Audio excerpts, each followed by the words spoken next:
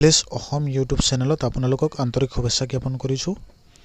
মৰমৰ প্ৰিয় ছাত্ৰ ছাত্ৰীসকল, আপোনালোক সকলৰ কাৰণে HS স্কুটিৰ কণ্টিনিউ সিৰিজ লৈ আহিছিলোঁ পূৰ্বৰ পৰা, আৰু এই বিষয় লৈ পেলাই আপোনালোক সকলোৱে বহুত সঁহাৰি জনাইছিলে। আমাৰ OLS অসম পৰিয়ালৰ সকলোকে ধন্যবাদ জ্ঞাপন কৰিছোঁ।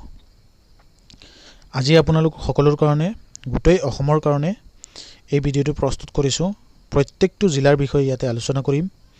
প্ৰত্যেকটো জিলাৰ ডেটৰ বিষয়ে স্কুটি ডিষ্ট্ৰিবিউশ্যনৰ অকল স্কুটি ডিষ্ট্ৰিবিউশ্যনৰ ডেটবিলাক মই ইয়াতে আলোচনা কৰিম শৰ্ট হিচাপত, আৰু চিফ গেষ্ট কোন থাকিব এই বিষয় লৈ পেলাই আলোচনা কৰিম, আৰু আপোনালোকক এই ইনফৰমেশ্যনটো শ্বেয়াৰ কৰিব বিচাৰিছোঁ। সামাজিক মাধ্যমত আপোনালোকে প্ৰত্যক্ষ কৰিব পাৰিছে এই ডিটেইলছখিনি আৰু এই ডেটখিনি হয়তো, কিন্তু মই আপোনালোকক বিশ্লেষণ হিচাপে এই ভিডিঅ'টোৰ যোগেদি বুজাবলৈ চেষ্টা কৰিম। গতিকে সম্পূৰ্ণ ভিডিঅ'টো আপোনালোকে চালে গম পাই যাব। প্ৰথম কথা, district wise number of beneficiary scooty bicycle ARBS, যিটো আনন্দৰাম বৰুৱা এৱাৰ্ড বুলি কোৱা হয় সেইটো। তো আহক, সৰ্বপ্ৰথমে বজালী ডিষ্ট্ৰিক্টৰটো চাই লওঁ। বজালী ডিষ্ট্ৰিক্টত স্কুটি 11 তাৰিখত দিয়া হ'ব, আৰু চন্দ্ৰমোহন পাটোৱাৰী চিফ গেষ্ট থাকিব। আৰু 12 তাৰিখত দিয়া হ'ব, সেইটো আছে MFI ৰিলিফ DVD, সেইবিলাক Ranjit Kumar Das sir chief guest থাকিব। বাক্সা ডিষ্ট্ৰিক্টৰ কাৰণে স্কুটি ডিষ্ট্ৰিবিউশ্যন কৰা হ'ব শ্ৰী জয়ন্ত মল্ল বৰুৱা ছাৰে, আৰু ডেটটো হ'ল 12 তাৰিখ। তো 12 তাৰিখ বজালী ডিষ্ট্ৰিক্টতো হ'ব, বাক্সা ডিষ্ট্ৰিক্টতো হ'ব, কিন্তু বেলেগ বেলেগ স্কিম আছে। অ'কে, এতিয়া আহিল বৰপেটা ডিষ্ট্ৰিক্টত। বৰপেটা ডিষ্ট্ৰিক্টত 16 তাৰিখত বিতৰণ কৰা হ'ব স্কুটি, আৰু তাতে 2230 জন ছাত্ৰ ছাত্ৰীয়ে পাব, আৰু তাতো চন্দ্ৰমোহন পাটোৱাৰী ছাৰ থাকিব, আৰু HCM ভিজিট লিখা আছে তাতে। মাননীয় অসমৰ মুখ্যমন্ত্ৰী মহোদয়ও চিফ গেষ্ট হিচাপে থাকিব। আৰু এতিয়া আহিল বিশ্বনাথলৈ। বিশ্বনাথতো 11 তাৰিখ ডিষ্ট্ৰিবিউশ্যন হ'ব স্কুটি, তাত 1087 জন ষ্টুডেণ্টে পাব, তাতে অশোক সিংহাল ছাৰ থাকিব। বঙাইগাঁৱত স্কুটি ডিষ্ট্ৰিবিউশ্যন কৰা হ'ব 11 তাৰিখত, তাতে ৰঞ্জিত কুমাৰ দাস ছাৰ থাকিব, আৰু বঙাইগাঁও ডিষ্ট্ৰিক্টত 746 জন ছাত্ৰ ছাত্ৰী পাব। কাছাৰত ডিষ্ট্ৰিবিউশ্যন কৰা হ'ব 17 তাৰিখ। 17 তাৰিখত জয়ন্ত মল্ল বৰুৱা ছাৰ থাকিব, আৰু 20 তাৰিখত ৰিলিফ ডিষ্ট্ৰিবিউশ্যনৰ কাৰণে জয়ন্ত মল্ল ছাৰ আৰু ডক্টৰ হিমন্ত বিশ্ব শৰ্মা ছাৰ থাকিব। অ'কে, এতিয়া চৰাইদেউলৈ। চৰাইদেউত স্কুটি ডিষ্ট্ৰিবিউশ্যন কৰা হ'ব 11 তাৰিখ স্কুটি, আৰু তাতে শ্ৰী বিমল বৰা ছাৰ থাকিব। চিৰাঙত স্কুটি ডিষ্ট্ৰিবিউশ্যন কৰা হ'ব 17 তাৰিখ, তাতে ব্ৰহ্ম ছাৰ থাকিব। এতিয়া নেক্সট আহিব দৰঙলৈ। দৰঙত আপোনাৰ থাকিব 19 তাৰিখ, তাতে শ্ৰী সঞ্জয় কিষাণ ছাৰ থাকিব। 13 তাৰিখত ধেমাজি, তাতে ৰণোজ পেগু ছাৰ থাকিব। ধুবুৰী ডিষ্ট্ৰিক্টত স্কুটি বিতৰণ কৰা হ'ব, সঞ্জয় কিষাণ ছাৰ থাকিব, আৰু ডেটটো হ'ল 17 তাৰিখ। ডিব্ৰুগড়ত হ'ব 18 তাৰিখ, যোগেন মোহন ছাৰ থাকিব, আৰু ডক্টৰ হিমন্ত বিশ্ব শৰ্মা ছাৰ থাকিব। HCM ভিজিট বুলি লিখা, এইটো ডক্টৰ হিমন্ত বিশ্ব শৰ্মা ছাৰ থাকিব পাৰে।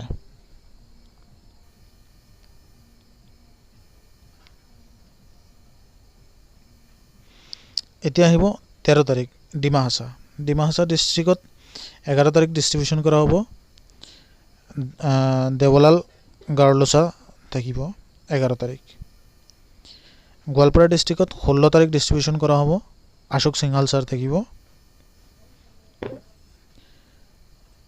গোলাঘাট ডিষ্ট্ৰিক্টত 15 তাৰিখ ডিষ্ট্ৰিবিউশ্যন কৰা হ'ব, তাতে অজন্তা নায়ক বাইদেউ থাকিব আৰু ৰিলিফৰ কাৰণে অতুল বৰা ছাৰ থাকিব আৰু HCM হিমন্ত বিশ্ব শৰ্মা ছাৰ থাকিব। হাইলাকান্দি ডিষ্ট্ৰিক্টত 18 তাৰিখ ডিষ্ট্ৰিবিউশ্যন কৰা হ'ব। তাতে জয়ন্ত মল্ল বৰুৱা ছাৰ থাকিব আৰু 18 তাৰিখ ডেট। তাতে 742 জন ছাত্ৰ ছাত্ৰীক প্ৰদান কৰা হ'ব। হোজাই ডিষ্ট্ৰিক্টত 12 তাৰিখ ডিষ্ট্ৰিবিউশ্যন কৰা হ'ব। তাতে পীযুষ হাজৰিকা ছাৰ থাকিব। 18 তাৰিখত যোৰহাট ডিষ্ট্ৰিক্টৰ ডিষ্ট্ৰিবিউশ্যন কৰা হ'ব। তাতে 11 তাৰিখ ডিষ্ট্ৰিবিউশ্যন কৰা হ'ব। তাতে অজন্তা নায়ক বাইদেউ থাকিব। কামৰূপ ডিষ্ট্ৰিক্টত 11 তাৰিখ ডিষ্ট্ৰিবিউশ্যন কৰা হ'ব। তাতে doctor Ranoj Pegu sir, central programme joint programme with Kamrup metro' আৰু ডক্টৰ হিমন্ত বিশ্ব শৰ্মা ছাৰো থাকিব। 20 তাৰিখ কামৰূপ মেট্ৰত হিমন্ত বিশ্ব শৰ্মা ছাৰ থাকিব, ডক্টৰ ৰণোজ পেগু ছাৰ থাকিব। 11 তাৰিখ ডিষ্ট্ৰিবিউশ্যন কৰা হ'ব। 21 নম্বৰত কাৰ্বি আংলঙত 11 তাৰিখ ডিষ্ট্ৰিবিউশ্যন কৰা হ'ব। স্কুটি ডক্টৰ তুলিৰাম ৰংহং আৰু CM থাকিব। তাতে কোকৰাঝাৰতো 11 তাৰিখ ডিষ্ট্ৰিবিউশ্যন কৰা হ'ব। লখিমপুৰত 14 তাৰিখ ডিষ্ট্ৰিবিউশ্যন কৰা হ'ব। মাজুলীত 16 তাৰিখ ডিষ্ট্ৰিবিউশ্যন কৰা হ'ব। মৰিগাঁৱতো 14 তাৰিখ ডিষ্ট্ৰিবিউশ্যন কৰা হ'ব। নগাঁৱত 18 তাৰিখ ডিষ্ট্ৰিবিউশ্যন কৰা হ'ব।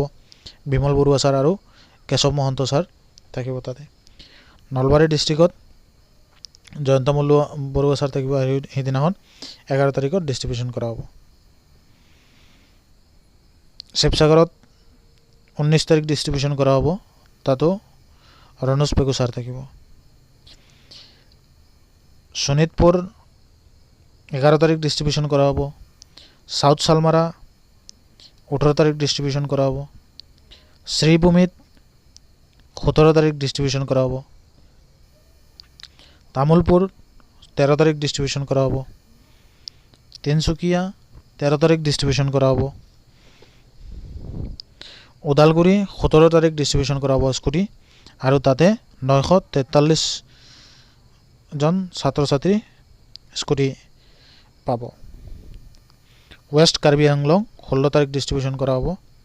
তাতো ডক্টৰ তুলিৰাম ৰংহিত CM থাকিব। এইকেইটা হ'ল আপোনালোকৰ গোটেই অসমৰ সমূহ জিলাৰ স্কুটি বিতৰণৰ ডেট। এই ভিডিঅ'টোৰ যোগেদি আপোনালোকক দেখুৱাবলৈ চেষ্টা কৰিছোঁ এই ফাইলৰ জৰিয়তে। যদিও মই আপোনালোকক লেটত এই ইনফৰ্মেশ্যনখিনি দিবলৈ দিছোঁ, আপোনালোকে ইনফৰ্মেশ্যনখিনি পাইছে। মই আজি অলপ বিজি আছিলোঁ কাৰণে ইনফৰ্মেশ্যনখিনি সোনকালে দিব পৰা নাই। আশা কৰোঁ আপোনালোক সকলোৱে এই ভিডিঅ'ৰ যোগেদি সকলো ডেটখিনি সকলোৱে গম পাইছে। এতিয়া আহিল মেইন কথা, যিবিলাক অসমৰ বাহিৰত যিবিলাক ষ্টুডেণ্ট আছে এতিয়া কোচিং কৰিবৰ কাৰণে অসমৰ বাহিৰত আছিলে, তেওঁলোকে এতিয়া যেতিয়া ডেট পাই গৈছে, তো সেই হিচাপে তেওঁলোকৰ ট্ৰেভেলিং শ্বিডিউলটো বনাই পেলাই তেওঁলোকে ভিজিট কৰিব, যাতে তেওঁলোকৰ স্কুটিটো ল'বৰ কাৰণে ডকুমেণ্টছ ভেৰিফিকেশ্যনৰ প্ৰচেছখিনি ষ্টাৰ্ট হৈ গ'ল। ডকুমেণ্টছৰ ভেৰিফিকেশ্যনখিনি আপোনালোকে কৰি ল'ব। বিভাগৰ ফালৰ পৰা যিখিনি ডকুমেণ্টছ আপোনালোকক বিচৰা হ'ব সেইখিনি আপোনালোকে দি দিব। নৰ্মেলি যিবিলাক ডকুমেণ্টছ লাগে এইখিনি আপোনালোকে ঠিক ঠাক কৰি সকলোৱে জমা দিব। তো আজিৰ এই ভিডিঅ'টোত আপোনালোকক এই ইনফৰ্মেশ্যনখিনি দিবলৈ চেষ্টা কৰিলোঁ। যদি আপোনালোকৰ ভাল লাগে ভিডিঅ'টো প্লিজ শ্বেয়াৰ কৰি দিবা। ধন্যবাদ।